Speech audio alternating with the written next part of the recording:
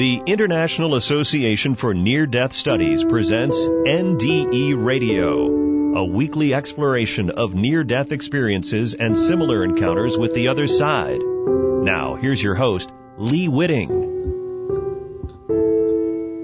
Welcome to NDE Radio, brought to you by IANS, the International Association for Near-Death Studies. I'm your host, Lee Witting. Today we are continuing last week's interview with Lawrence Furman, the author of Memoir of a Slightly Mad Mystic. As I said last week, it's the autobiography of a boy who began having out-of-body journeys when he was 9 years old, but the freedom and joy those flights provided came into stark contrast when he began sinking into serious mental illness. After being treated with drugs, electroshock, and enforced isolation, his condition only worsened. A cure seemed out of the question until he died 3 times. Now, listener, if you haven't already done so, it would pay to listen to last week's show to bring you up to speed. I was going to bring people up to date by reading a paragraph from your book. Okay. We were midway through your second near-death experience, and this is on page 80. You wrote, "As our souls move from life to life, it's within these larger spirits that our memories remain viable and alive. And as these massive spirits blend with each other, they form a living library surrounding Earth with a grid of information. As a part of that grid, we can draw from the history of everything that ever happened and are attracted into our futures by all that could happen."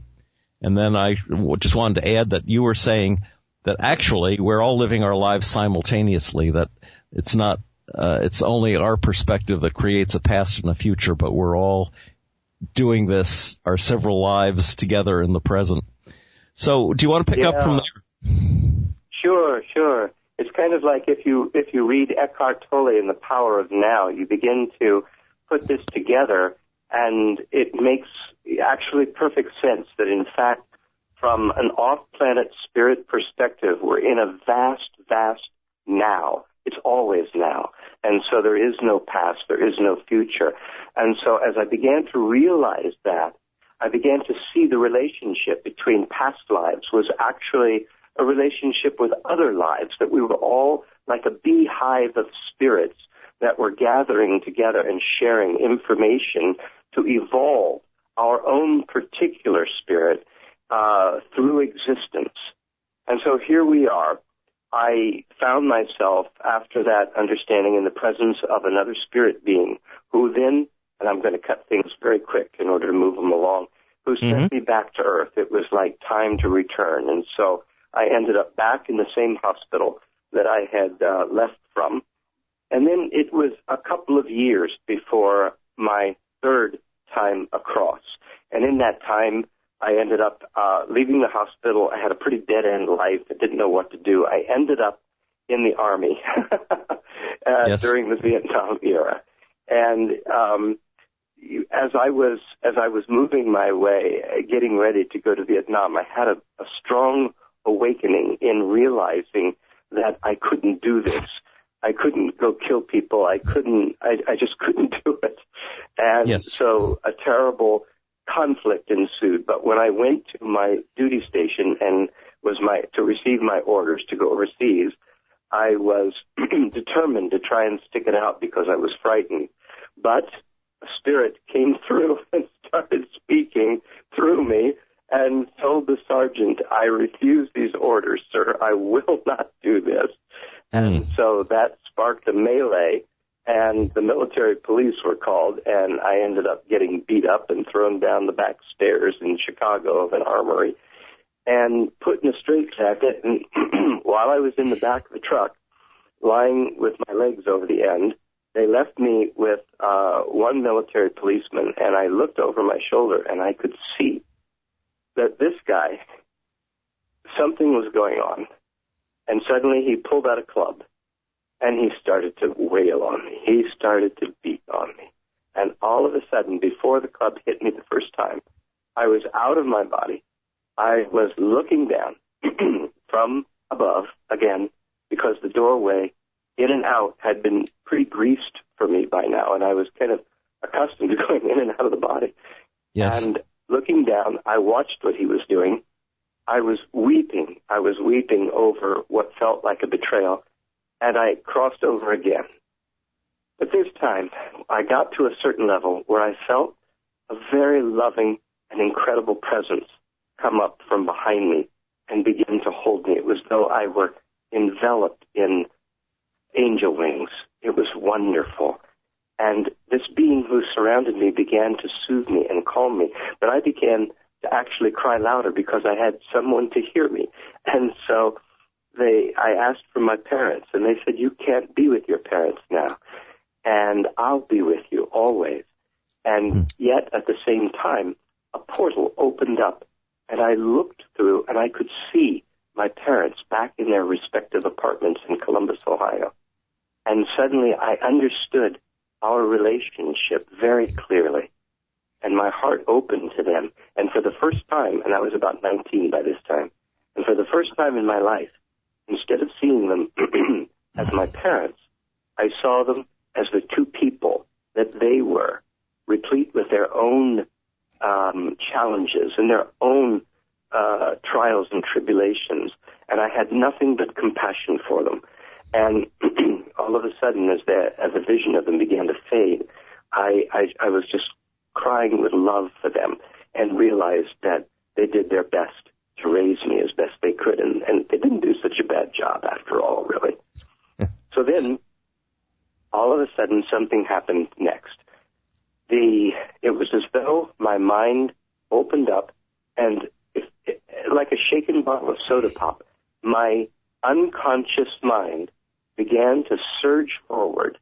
And as it did, it was as though enveloped in a million and zillion bubbles, I began to access memories of all the lives that I had ever lived.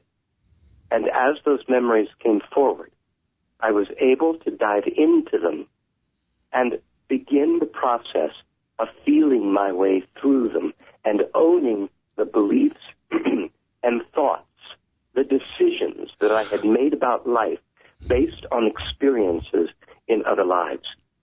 And that's when I began to realize how full of inaccurate information and pain and suffering my being was.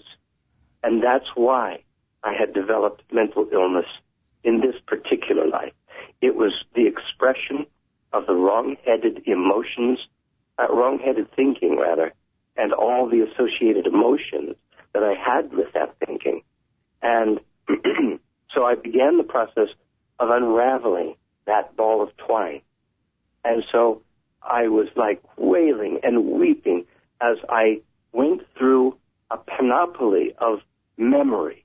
I was seeing this life and that life and this decision and that decision. And it was unbelievable, and it was all unfolding.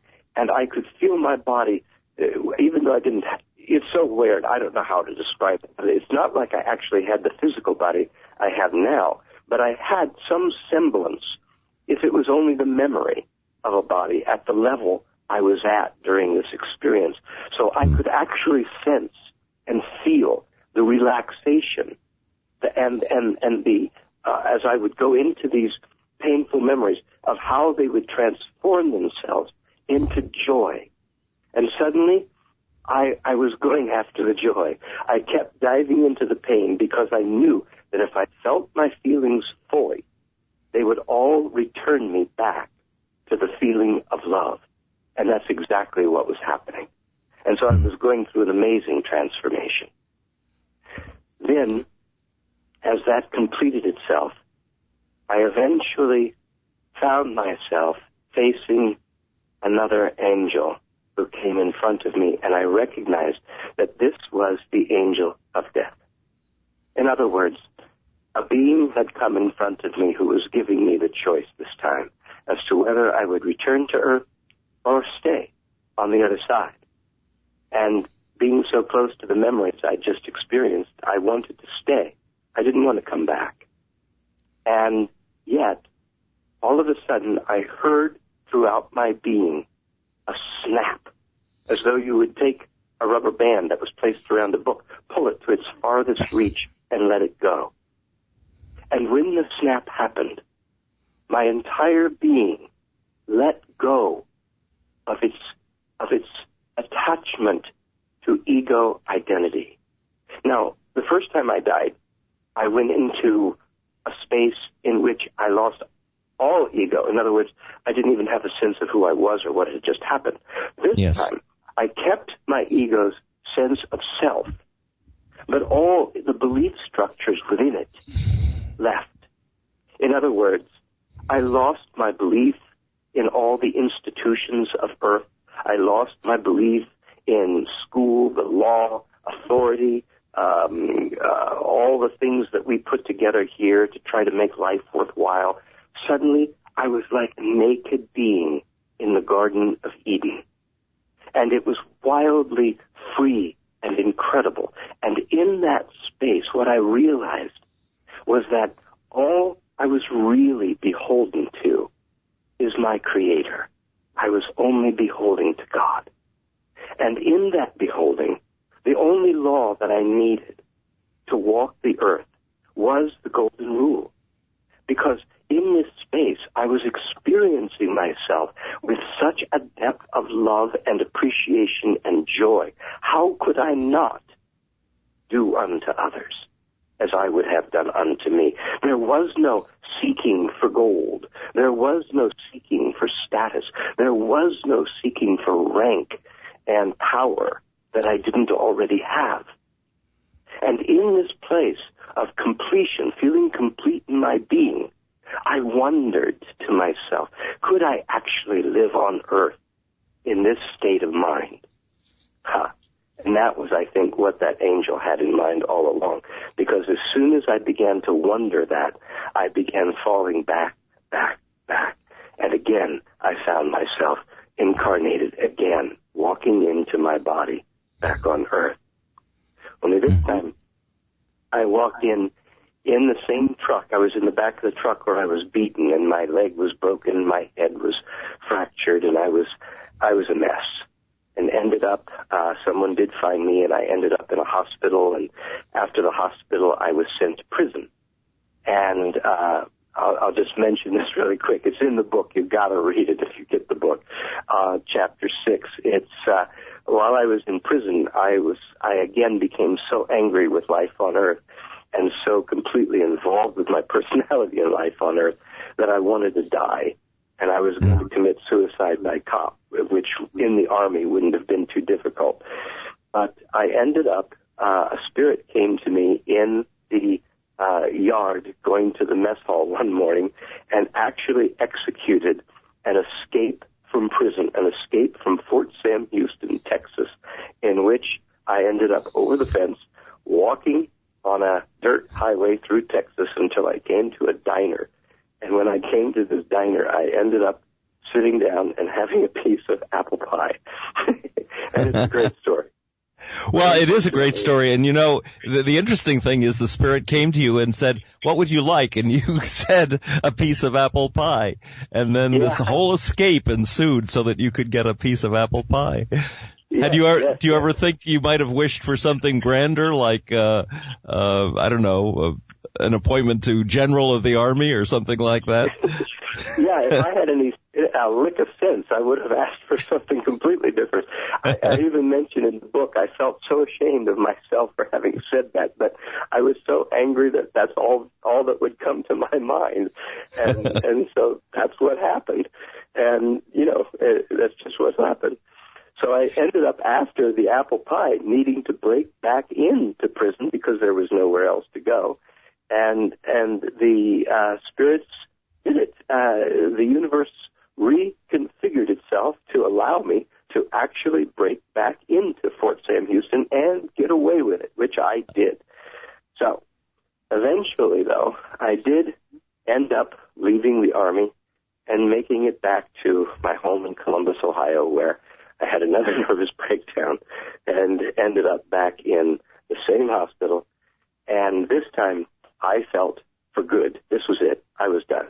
I could not access all the memory that I had accumulated from my days in the spirit world. And I was just so inundated with sorrow and upset that I figured I was going to spend the rest of my life in the hospital. Then, another miracle. One day, I was sitting in the hallway. I felt a quickening inside, just the same as I had felt a spirit come to me when I was in the yard in the army. And all of a sudden, my body shifted, and I felt the spirit come into me, and I heard a voice very clearly, and it said, "Now's the time. You've got to leave. Get out now, or you're going to be here for the rest of your life." And it was all of a sudden, what I didn't know is that, again, the universe had reconfigured itself. Everything, an aunt I knew, the dear soul had passed, left me some money in an account, and I was eventually able to access the account and buy a car, and ran into a fella who wanted to leave Ohio and ended up leaving for California. And I escaped from the hospital, but when the spirit came into me in that hospital hallway, the spirit made a connection between my conscious mind and all of the experience that I had experienced in the other world that had been subsumed down deep into my being. And suddenly, I started seeing light again. I started to experience my ability to think again. I started to rise through the effect of shock, drugs, isolation, and all the pain that was running my life in the hospital. And I could see that I was starting to think differently. And so, in the midst of this immense transformation, it was the instigation of this spirit that came to me, that touched all the accumulation of memory that I had now gained by dying, brought it forward, and like a figure-ground relationship in which, I suddenly, what was in the background came to the foreground. I started to understand myself and experience myself in an utterly new way. And when I escaped and went to California, it was like flipping a record over to the other side, and an entire new life began. And that's the beginning of my second book, in which I talk about the ways in which Spirit continued to intervene and interface with my life and lead me toward greater healing, a greater understanding of how life works and what we humans are about. And in other words, they restored my sense of mystical awareness. And I know it's ironic because I was a mental patient, and yes, I did have mental illness. I did have symptoms that were terrible. But I was able, through the grace of God's touch, through these agencies, through these spirits, which is how God works, I was able to become larger than the symptoms that were bedeviling me. I was able to regain the use of my mind and regain a sense of clear perception again. And in that, I began to live a meaningful and wonderful life that became filled with adventures and took me around the world. I've been all over the place and have run into different circumstances where spirits kept intervening and kept showing me that life that we come to view as just the day-to-day humdrum, and that sometimes leads us into being bored or leads us into being cynical, is not at all that way. That in fact, we're still living in the garden in the same way that the original creatures did. But it's a matter of perception. Our perception has traveled so much distance. So far have we come. And there is a tremendous amount of ignorance, I think, if you'll forgive me, but that's what I think, that we're moving through because we have come to so misunderstand ourselves and so come to misunderstand our source. And that's what we're doing now, is we're circling back. And the Earth is now at a point to where information can travel so quickly around the globe, and that's the gift of this internet that was not exactly working so well for us this morning. No, that's right. Listen, Lawrence, do you suppose that it's karma that keeps us, for instance, you had revelations in your near-death experiences that when you came back into your body, you lost touch with for a time. Why is it that it's so easy to forget the true picture that we should know constantly in our minds?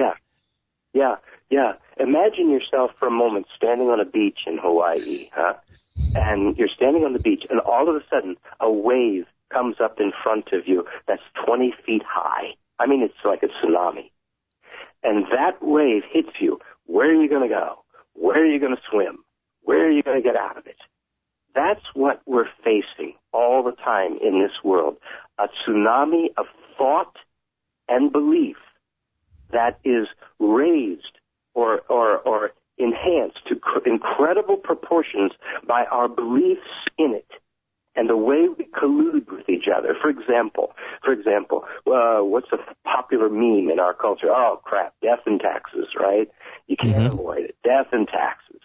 So we have tremendous belief in those two ideas.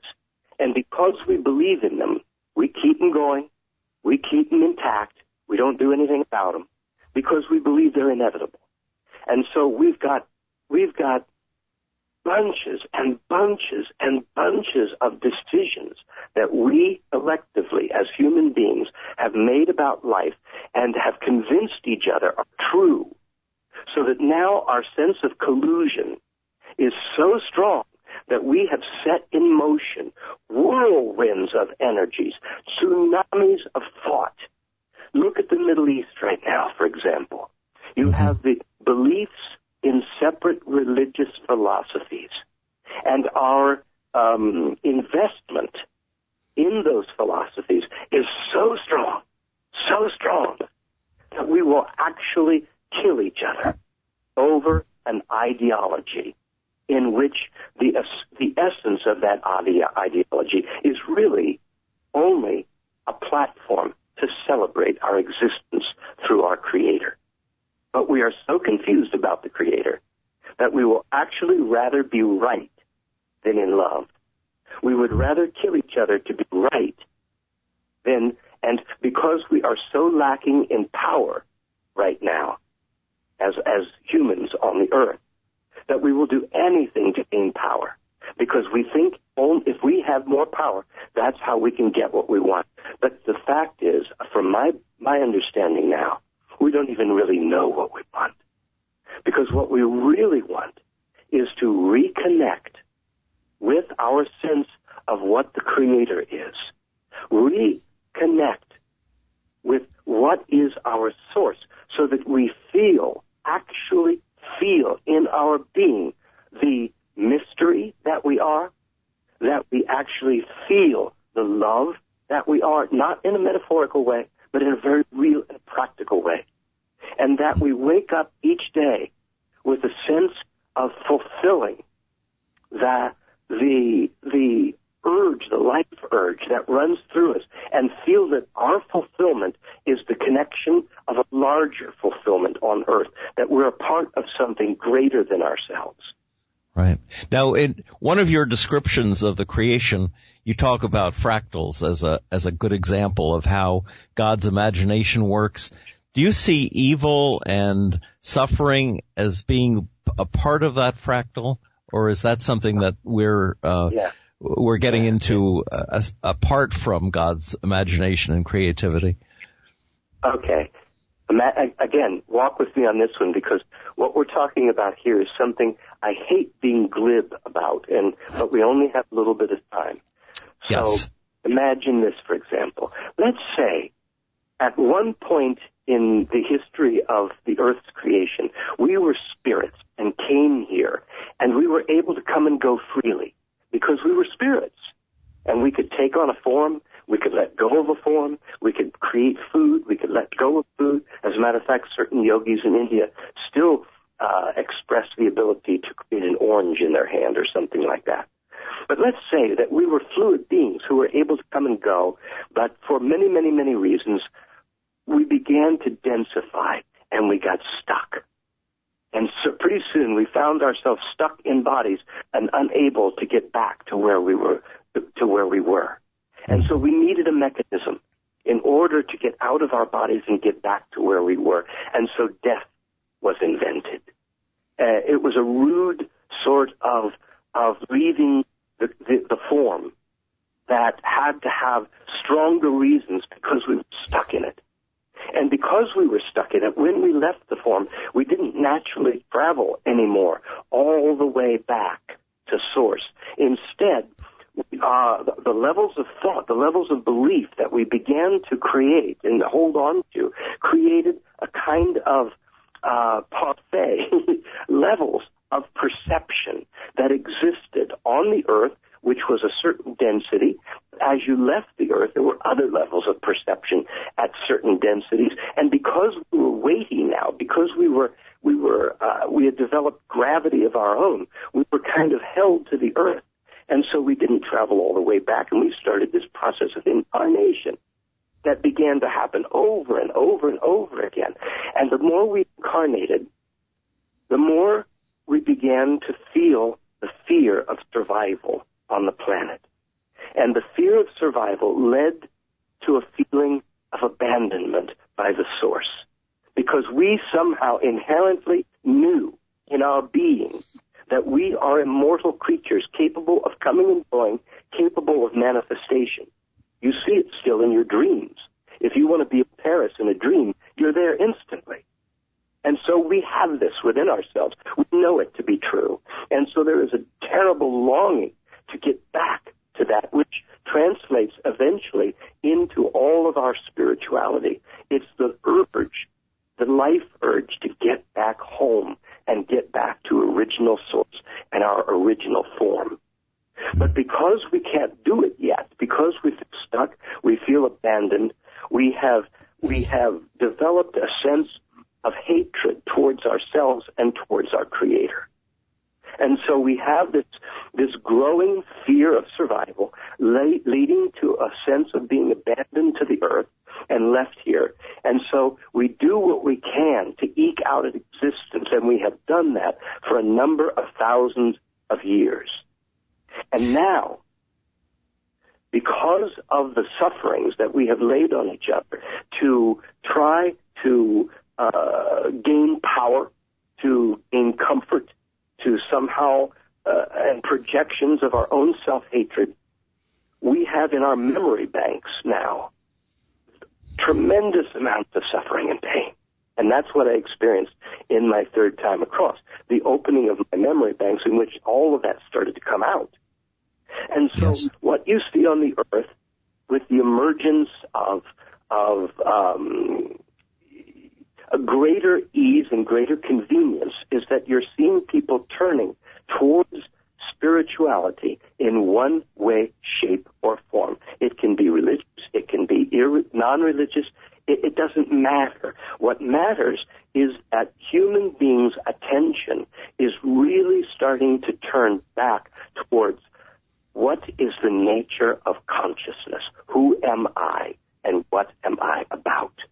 And as we go through this great circle of experience, we are on the path again to begin to realize ourselves.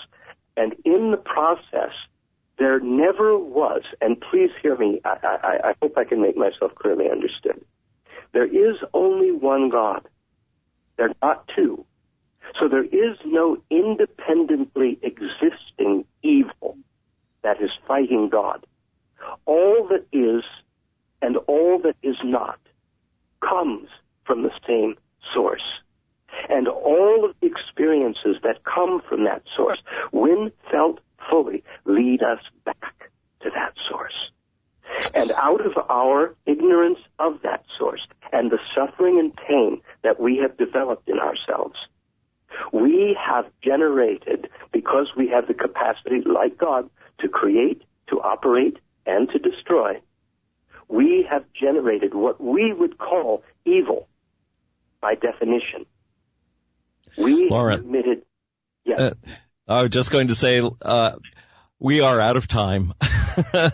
And we have added some time because of our early technical problem there. But okay. Perhaps you could tell our audience again how they might get your book. I'm on Amazon. It's a great book. I hope you'll take a look at it. It's called Memoir of a Slightly Mad Mystic, How Dying Saved My Life. And if you go to Amazon, click on Memoir and Biography, and then write in Memoir of a Slightly Mad Mystic, and you'll find it. It's a terrific book. Thank you, Lawrence, for sharing your story with us again today. To our audience, if you'd like to listen again to this or any of our past shows, and I would certainly recommend last week's show, just go to our website at nderadio.org. And for more information about the work of IANDS, check out their website, iands.org. And tune in next Monday, 11 a.m. Eastern, for more NDE Radio. This is Lee Witting saying thanks for listening.